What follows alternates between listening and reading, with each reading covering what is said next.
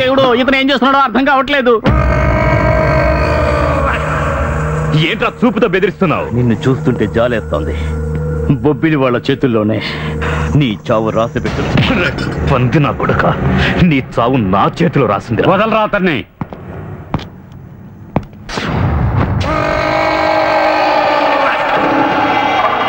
డ్యూటీలో జాయిన్ అవగానే ప్రతాపం చూపిస్తున్నావా? రిలీజ్ చేయరా అతన్ని. ఓహో, చేస్తాను సార్. ఏసీపీ చెప్పాక ఎస్ఐ ఏం చేస్తాడు, బట్ ఆర్డర్ కాస్త రాసివ్వండి సార్. ఎందుకు?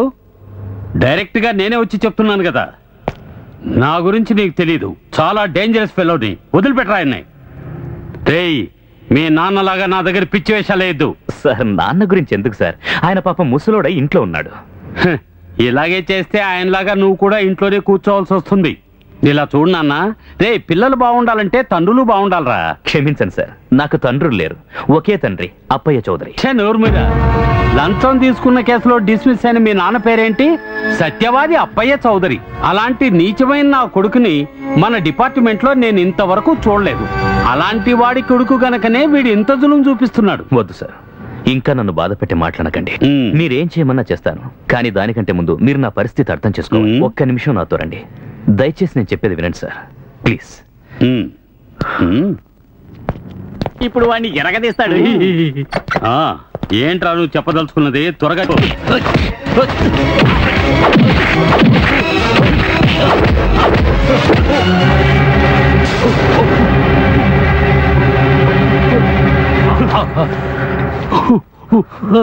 నేనేదైనా సహిస్తాను, కానీ నా తండ్రిని గురించి అన్నావు, తల నరికేస్తా. వాడు డీజీపీ అయినా, హోమ్ మినిస్టర్ అయినా, ఏ తొక్కనా కొడుకైనా లెక్కలేదు. మా నాన్నను లంచగొండిని చేసి డిస్మిస్ చేయించడంలో నీ పాత్ర కూడా ఉందని మా నాన్న చెప్పారు. 24 గంటల్లోగా నీ టోపీ పీకించేస్తాను. నీ కాళ్ళు చేతులు తీయించేస్తాను. దొంగ నా కొడక. చాలే ఆపరా.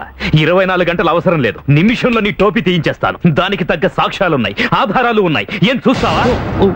ముఖ్యమంత్రి స్పెషల్ ఆర్డర్ లో నేను ఇక్కడ జాయిన్ అయ్యాను, తెలుసు కదా. ఆయన దృష్టిలో నంబర్ 1 క్రిమినల్ విను. బొబ్బిలి వారితో కలిసి నువ్వు చేస్తున్న దుర్మార్గాలన్నీ లెక్కెట్టి అక్కడికి చేరుస్తున్నాను. ఇక నేను ఒక ఫోన్ చేస్తే చాలు. చేయనా? మర్యాదగా నువ్వు ఇక్కడి నుంచి వెళ్తే తప్పించుకుంటావు, లేదంటే అటో ఇటో తేల్చేదాకా నేను నిద్రపోను. ఏం చేద్దాం సార్? మీరు చెప్పినట్టే నేను చేస్తాను. నీ ఇష్టం వచ్చినట్టు చేసుకో, కానీ సీఎం దగ్గర మాత్రం నా గురించి పొగబెట్టకు. లేదు, మీరు ధైర్యంగా వెళ్ళొచ్చు.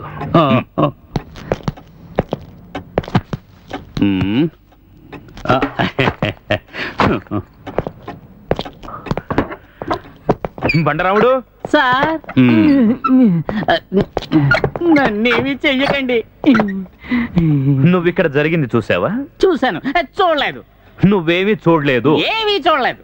ఏసీపీ గారు నేను చాలా గౌరవించే ఆఫీసర్.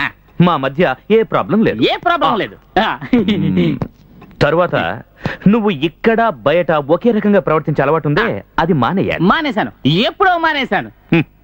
దేవుడో.